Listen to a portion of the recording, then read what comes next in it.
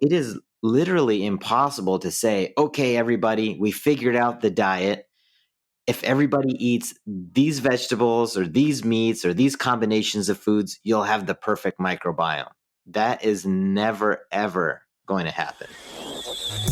Welcome to the JJ Virgin Lifestyle Show with celebrity nutrition expert, fitness Hall of Famer, and 4-time New York Times bestselling author, JJ Virgin. JJ is a warrior mom whose knowledge and expertise have helped change hundreds of thousands of lives with over 3.5 million podcast downloads and appearances on Dr. Phil, Dr. Oz, The Today Show, Rachel Ray, Larry King Live. Whoa, whoa, whoa. This show is about you, not about me.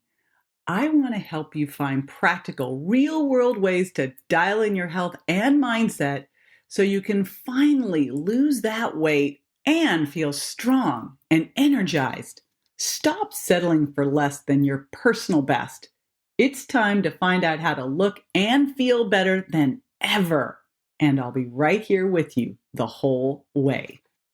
All right. If you have suffered from heartburn, bloating, you're going, what the heck should I be eating? Should I go low FODMAP? Should I do elimination? I've got an amazing guest today, and we are going to be talking about how to optimize your gut health, wellness, and longevity. And I literally have someone writing the textbook on integrative gastroenterology. Like, how cool is that? Let me talk to you about my new friend, Dr. Marvin Singh. So Marvin practices as an integrative gastroenterologist in San Diego. Turns out he literally lived down the street from me. I just moved to Tampa, as many of you know.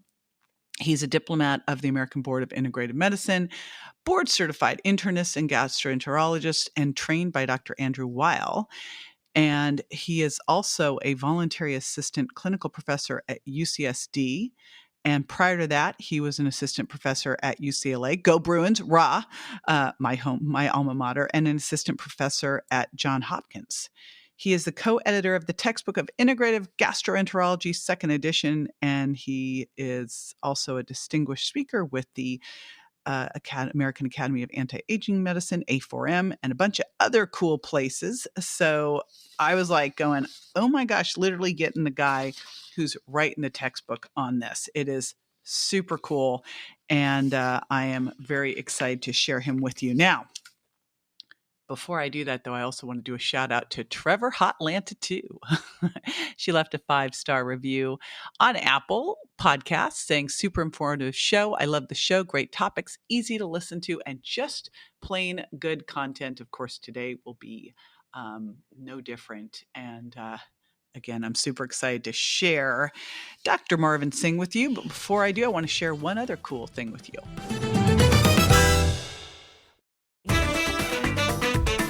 Dr. Marvin Singh, welcome to the show. Super excited to have you with me here. Thanks for having me.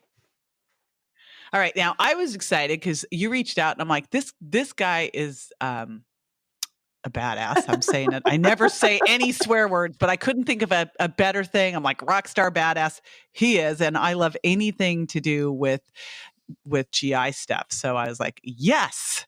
Where have you been hiding? So I'd love to know, since I don't really know much about you besides all of your massive credentials, which everyone now is filled in on. So how did you get into all this? Well, it's funny because I was trained very conventionally, just like any other doctor, regular medical school, residency, fellowship. And as I kind of went through my career early on, I kind of felt like something was missing, like we were helping a lot of people and people are in life-threatening situations. We can save their life, but there was kind of like a disconnect. It was felt like, people just kept coming and going, but we weren't really helping them, getting at the kind of root cause of where some of their problems are coming from. And then I discovered integrative medicine. It was actually my wife. So thanks to my wife, I was introduced to a textbook called Integrative Gastroenterology. And it's funny because I'm actually now going to be one of the editors of the second edition of the book that actually introduced me to the whole field in the first place. And I was Oh, isn't that yeah, cool? it's pretty cool. And I became very interested. I was like, this is some very interesting data. They're presenting evidence-based medicine, and this kind of stuff could help people. And then I looked into where I could get some more education on this, and I enrolled in Andrew Weil's fellowship in integrative medicine at the University of Arizona. And from that moment forward, my whole life changed. I mean, it was like I had a huge breath of fresh air kind of blown into my body. I myself personally started using some of these lifestyle modifications, and in 3 months, I lost 40 pounds. Yeah. Wow. And so, like when something like that happens, it's like all of a sudden you're even more of a believer, because not only are you reading it, you're seeing the science, but you apply it to your own life and you see that it actually does work. So it's just kind of like, just kind of ignited a wildfire inside of me. Now, what about your other doctor friends around you? Did they think you're crazy? Did you get them? Did you get them switched over? Like, what happened over there? Well, there are people that believe that, these things are real and work. And then there are always your, skeptical people. And I was working in, one of my hospitals. I won't name the hospital, but, one of the senior guys in the hospital says, hey, you got to kind of explain to us why you're going to be allowed to do this training in integrative medicine and talk to patients about it. And I was just kind of like, what are Wow. you talking about? What do you mean? I mean, everybody should be doing this, And so, I prepared, a nice response letter with attached like articles, peer-reviewed articles and abstracts, and I sent this whole package, and zero response. They didn't bother me at all after that. Wow. Wow. But they also, I mean, I would have hoped that some of them get on the bus, because if you think of first of all, what an exciting time to be a gastroenterologist. Yeah. Like the coolest stuff coming out about gut microbiome. I mean, it is such a great time. But it's also, when you look at that field, so many people come in with symptoms of different GI issues, and medications are given, and they have horrible side effects, and they don't ever it is the absolute of any of the areas. Boy, this is certainly one that you need to address in this way. So, Yeah. And yeah, it's I mean, it's awesome because there's so much stuff about the gut microbiome affecting it, like any kind of medical condition. So it's like kind of bringing it back to the real reason why, we become doctors in the first place. And I think in modern times we kind of get lost in that. Like, I'm a surgeon, I only cut people open. I'm a neurologist, I only deal with the brain. But what's the coolest part about being a gastroenterologist is I can take care of the whole body, because the microbiome is associated with inflammatory diseases, cancers, brain health, heart health, everything really. so someone walking into your office, can you what's your first approach with them, and can you do this all naturally? We can do our best. It really depends on what situation the person is in. So, sometimes people come to me and they have metastatic pancreatic cancer, actually, just pretty recently. And it's kind of hard to take a natural approach in that situation, because the cat's already out of the bag, and the trigger's been pulled on the cancer, and it's already spread through the whole body. But that doesn't mean that there is no hope for anything, because you can still, modify lifestyle parameters and try to optimize your situation so that you, feel better, have more energy, maybe minimize some side effects, or, in a better place mentally. And those things are very important as well, as far as your quality of life and survival and things like that, because the whole body is very intricately tied to each other. I would never pretend to be able to reverse a metastatic end stage process, for example. But there's a lot of cases outside of that where we can certainly take a natural approach.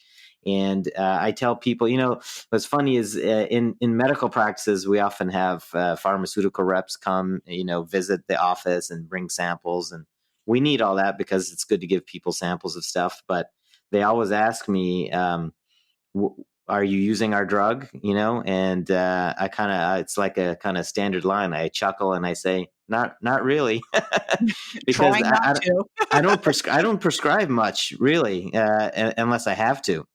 Yeah. And I have, my, little toolbox of herbs and supplements and things that I can use instead.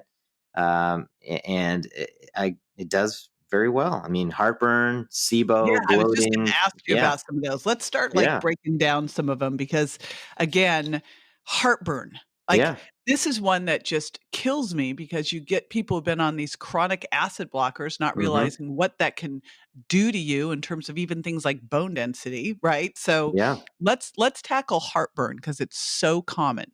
Yeah.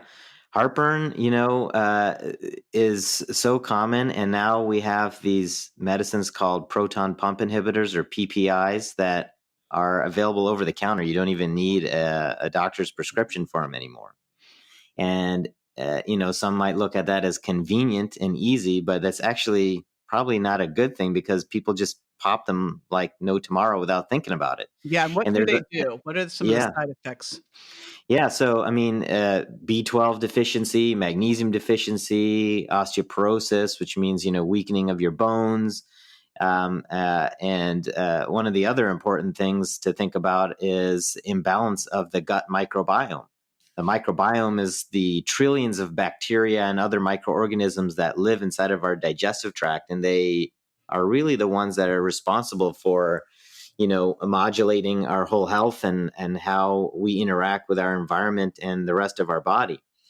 And when you reduce the acid in your stomach significantly by taking these medications, what you're doing is kind of changing the protective mechanism in the stomach, which is acid, for bacteria and other things that shouldn't be getting downstream to get downstream. And that includes maybe bacteria on foods that you're eating. It could include bacteria in your mouth, from your teeth and your gums, that get down into the microbiome, in the lower intestine. And it's actually very fascinating because when we're looking at people's microbiome, we're seeing oral bacteria in the gut. And there's literature showing that these oral bacteria can actually predispose you to autoimmune disease. Mm. So, everything is tied to each other. Yes, taking that PPI might have helped you, have an extra drink or eat some cake at a party, but you shouldn't be doing those Yeah. things in the first place. And you added that on top of a PPI. So now it's kind of like you got a double, triple whammy, and you have oral bacteria kind of migrating down to your lower intestine, and that can chronically over time, not like you just take one pill, you're doomed, but chronically over time, this is what causes this thing we call dysbiosis, or an imbalance in the gut microbiome. All right. So someone has this. What Hmm. should they do? So I often try to put them on more natural things like DGL. That's one of my most favorite herbs. It works very well. DGL stands for deglycyrrhizinated licorice. And I use that in addition to things like ginger or slippery elm. They generally, most of the time, that's kind of good enough. One of the more important things also is to talk about, lifestyle things, what's going on in your life, how much stress you're under, what kind of food you're eating, what are your eating habits. Those things alone may actually be enough not to even need heartburn Mhm. medication, even herbs.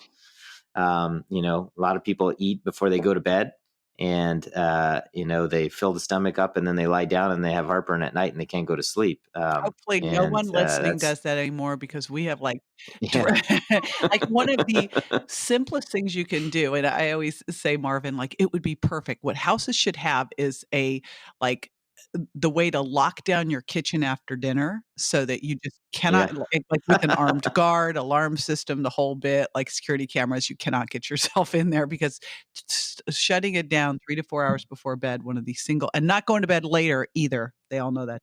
Yeah. So important. Yeah. It's funny. We talk about all these things individually for certain problems or conditions like heartburn, but these same themes keep coming up over and over again for everything.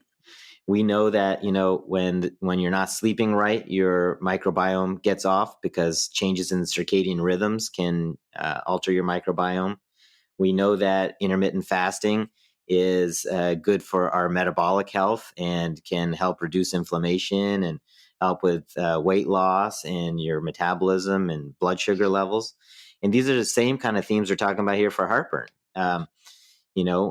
Don't eat before you go to bed. We shouldn't be Yeah. doing that anyways, because we don't want to fill the tank before we lie down. Otherwise, it's going to I just spill. read the craziest thing, and I thought, am I like living in an alternate universe? They did a blog, and they asked top nutritionists respond to what should you have as your snack before bed, and I'm like, I can't believe this. This is, are you kidding me? Water. And I'm like, and I'm reading these recommendations of these snacks before bed, and someone was like, yeah, I have some. I think it was like some yogurt and fruit before bed, so I have lots of energy. And I'm like, what?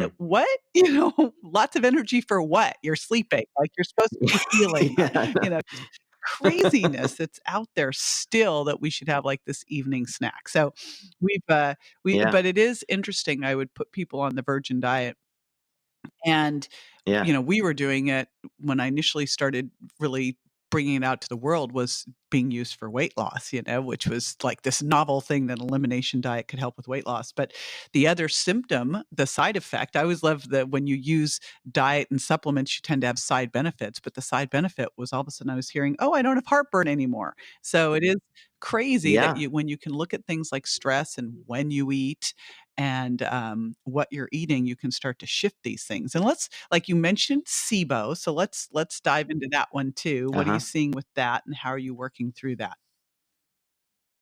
That's a big topic, and I would say a majority of my practice is now a lot of patients who have the same kind of symptoms.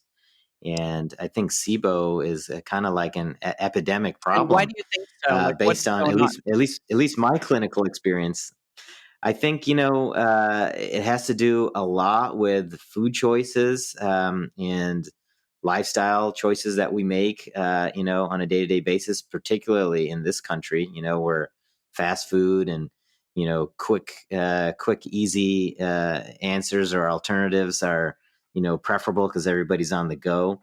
I think, alcohol definitely plays a role. I think stress is a huge thing, and lack of sleep. These are the Mhm. same themes coming back again. And why that affects SIBO is, you think about what SIBO actually is. SIBO means small intestinal bacterial overgrowth. And we have bacteria in our small bowel. We have bacteria throughout our whole GI tract. Not as much as in the colon, but they are there. And so what are some things that could predispose you to have more bacteria in your small bowel than you would ordinarily expect? Are things like slower motility, meaning the small bowel doesn't squeeze as well as it should, and things remain stagnant in the small bowel, and then they can overgrow, percolate with more bacteria growth. And as those bacteria are growing in higher populations, they tend to cause more of this bloating and gas discomfort because they're fermenting the foods that are coming down from the stomach that you're eating. And I always remind people that your human cells aren't making the gas. The bacteria are making the gas. Human cells don't make gas. So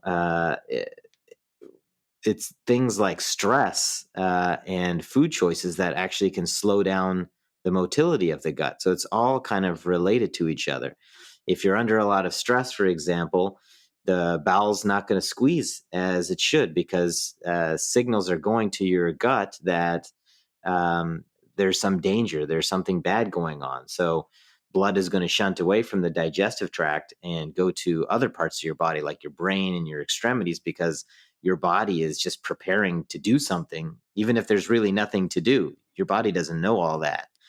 And so the gut slows down, and then what happens? Then you get this stasis of contents and bacterial overgrowth.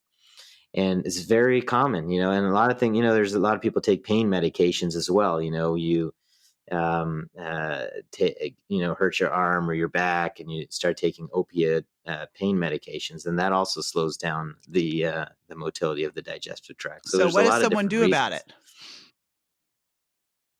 So, one of the first things to do is look at the diet. I mean, I've seen so many people that can actually get rid of their symptoms by, eating like a low FODMAP diet and looking at how they're, managing their lifestyle and their stress. Sometimes it's a little bit harder than simply just doing lifestyle measures. In the conventional world, we usually recommend antibiotics. So depending on if there's a hydrogen excess or a methane excess or a hydrogen and methane excess. But in my practice, I often use herbs as an alternative. The downside is that the herbs are about a month-long treatment versus antibiotics, which are 2 weeks. But the upside is that they're herbs, and herbs are kind of like antibiotics too, but they're much more gentler on the system because Well, they're yeah, because more if you did natural. the antibiotics, And which I yeah, understand sometimes it's just, you know, nothing else is working, but then you're going to yeah, have to come back afterwards and yeah. rebuild the whole. Rebuild, yeah. I think I still talk to people about rebuilding, whether it's antibiotics or herbs, but it's kind of like what kind of rebuild? It's like antibiotics are kind of like the atomic bomb just got dropped. So, you have a big repair to do afterwards, and that's okay because people shouldn't feel bad if that's their last alternative and they had to do it to feel better.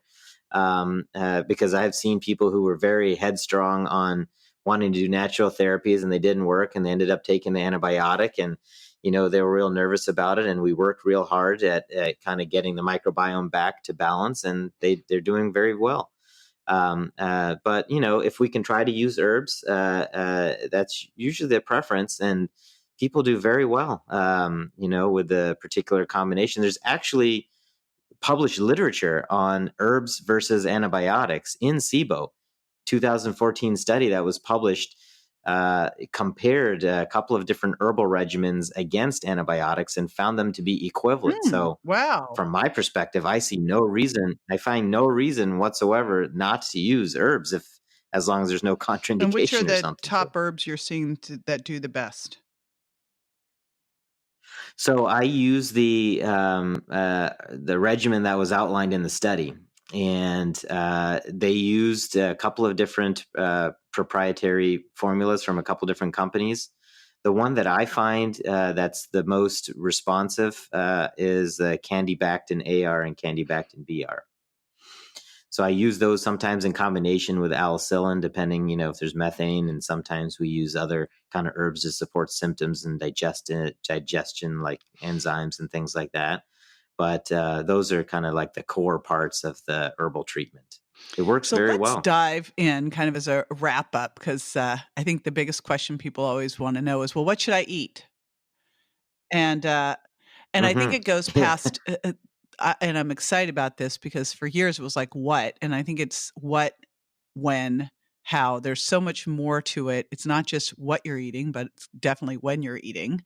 As we already talked about, there's a big difference between eating something at noon versus eating something at midnight.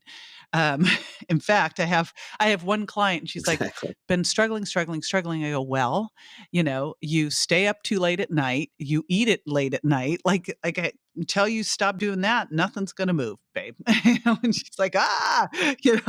but, I'd love to hear your take on what someone, especially in the view of like creating that great balanced microbiome, reducing inflammation. What are your recommendations around diet? So I guess my philosophy is a little unique compared to what a lot of other people say and think. Each one of us as human beings, our microbiomes are only 10 to 20% similar. Genetically, by DNA, we're very, very similar to each other, but our microbiomes, they're 10 to 20% similar. So it is literally impossible to say, okay, everybody, we figured out the diet. If everybody eats these vegetables or these meats or these combinations of foods, you'll have the perfect microbiome. That is never, ever going to happen. And what kind of hits the nail on the head is a study that just came out, I think like a few weeks ago, less than a month ago. And they took people's, it was a small study, they looked at 17 people, but, and they sequenced their microbiome every day during this study period. And what they found was that when people ate the same exact foods, they had different changes to their microbiome. So, for example, like if I ate broccoli and you ate broccoli, we may know that broccoli has, calcium, vitamin C, and these nutrients are good for us. There are some nutrients that we know universally are good for our whole health. But in my microbiome, broccoli might make 5 changes to 5 bacteria. In your microbiome, broccoli might make 2 changes to another set of bacteria that aren't the same bacteria that changed in my microbiome. And maybe that's a good thing, or maybe that's a bad thing. We don't even know. So what I try to tell people is to not get hung up on the fad diets, the things that are, sounding very popular, because everybody's got a story. You can have people on complete opposite spectrums that are talking about how this diet or that diet kind of reversed their autoimmune disease and made their skin look better, and now they feel younger and healthier. The important thing is to try to understand what's going on in your body and what your genetic makeup is, what your microbiome is looking like, how imbalanced is it really, and try to figure out what way to eat that is best for you. How the heck So this does is the one do personalized this? diet. This is what I love doing. This is what I do. So, what I do is I use some of the most cutting edge tests, and I look at, what the microbiome composition is. I'll do genome testing. I'll look at the nutritional genetics, or we'll look at whole genome. We'll look at, I'm starting to do epigenetic testing, actually, which is actually a brand new, awesome test. We look at food sensitivities. We look at chemical exposures. We look at all kinds of things. And then I sit down and synthesize all that information, and I literally create a blueprint for somebody. So like I'll take all that information and I'll basically make them like a user's guide to their body. And then I guide them through the process. It may not be perfect the first time, but we'll learn, we'll adjust, and we'll move on. And then we'll recheck, retest, and see how things go. I mean, to me, that is really, if you really want to optimize your health, your wellness, your longevity, your symptoms, you kind of really got to know about what's going on inside. Otherwise, you're just kind of guessing. So a lot of people that say, I had all these problems and I was a vegan, and I became a vegan, and now everything is gone. On the other end of the spectrum, you'll have the same people saying that about a carnivore diet.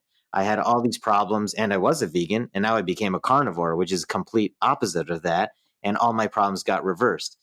What I feel philosophically, I guess, is there's no studies on this yet, is that what people are doing they're kind of hacking their bodies in a way without using these kind of tests. They're learning from their experiences and perhaps shifting their metabolism and the way their body works in the direction that seems to work better for them. And these are extreme elimination diets, basically, on both ends of the spectrum.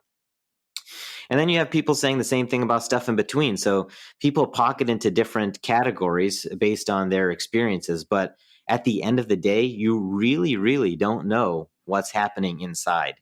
You may feel that you lost some weight, but do you know if that weight loss is going to be sustainable, or is that just, you went keto for a couple of months and you lost 20 pounds and you feel great?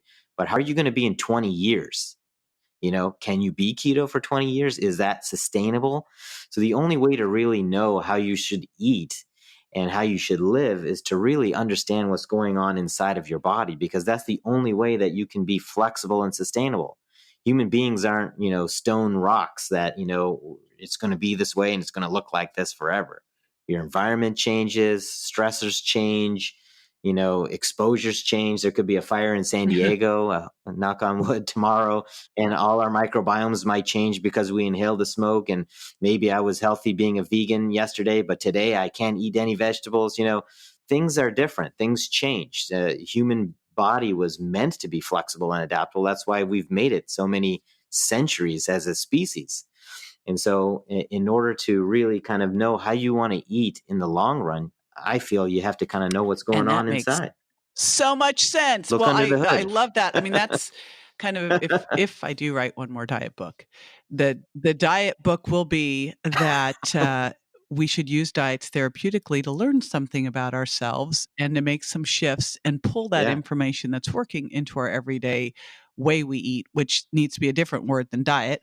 And right? Yeah. I don't like the word diet. The diet's just a word in English that we use because that's what people understand. But I call it I've been trying to an figure eating this one out, style. Marvin, if you figured out, but literally, because I think that we use diet as this thing. And I'm like, well, there's a very big difference between using something short term, like let's say you did keto short term, or you did, you went plant-based for a little while. You do these things short term, you go, what's going on here? How is this working or not working for me? And then you pull stuff into, we just need that other word for like how we eat, that thing that I was like, I keep asking everywhere. And every time I'm speaking, I'm like, anyone got the word? And but haven't come up with it yet. So I'm going to throw that over to you and see if you can come up with it too. Now, I know you have a great gift for everybody. It's your 4-week gut reset ebook. So super excited about that. And you're going to be able to get that at jjvirgin.com/Dr. Marvin. And tell me a little bit about what they're going to get in there. So that's kind of like a good starter guide or a primer to kind of understand some of the themes of eating that we were just talking about. I talk about how we can use certain components of eating or nutrition, such as a ketogenic diet or intermittent fasting, to kind of get the ball rolling and give a little bit of a breakdown as far as, what are the things in your life, how to get your pantry ready, what kind of herbs and supplements might be supportive, what kind of, lifestyle measures might kind of get you through the beginning part.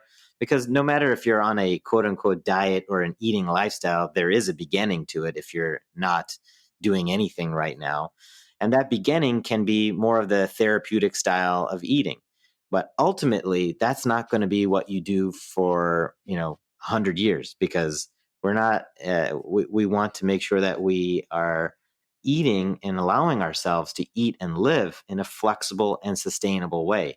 Because otherwise, it's just not going to work. You'll lose the weight and you'll gain it right back. You want to be able to lose the weight and keep it off and know what to do if you kind of get off track, because everybody's going to get off track. You want to go on vacation to Hawaii and have a good time and not be so uptight about stuff. But that's okay. Live your life, because that's part of living long too, is enjoying your time with family and friends and having a good time. That's good for your microbiome too. We actually have studies on that. And so,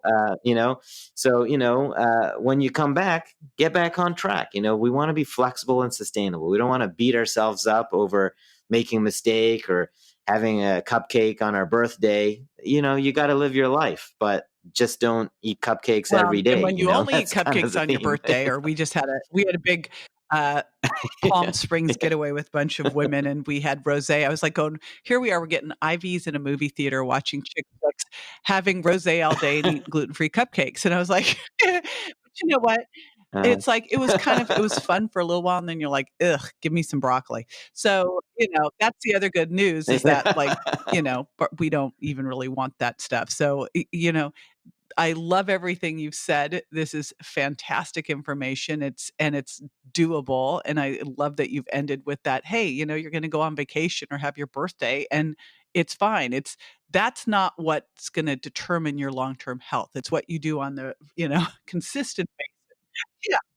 It's the long game. We're playing the long game here. You may have a wedding to go to, and you may need to lose 10 pounds to fit in that dress, and that's okay. But remember, there's a long game, because you're living your life. You're not living the 30 days you're eating a diet for. And that's why when I hear diets don't work, I go, yes, they do. We're just using them wrong.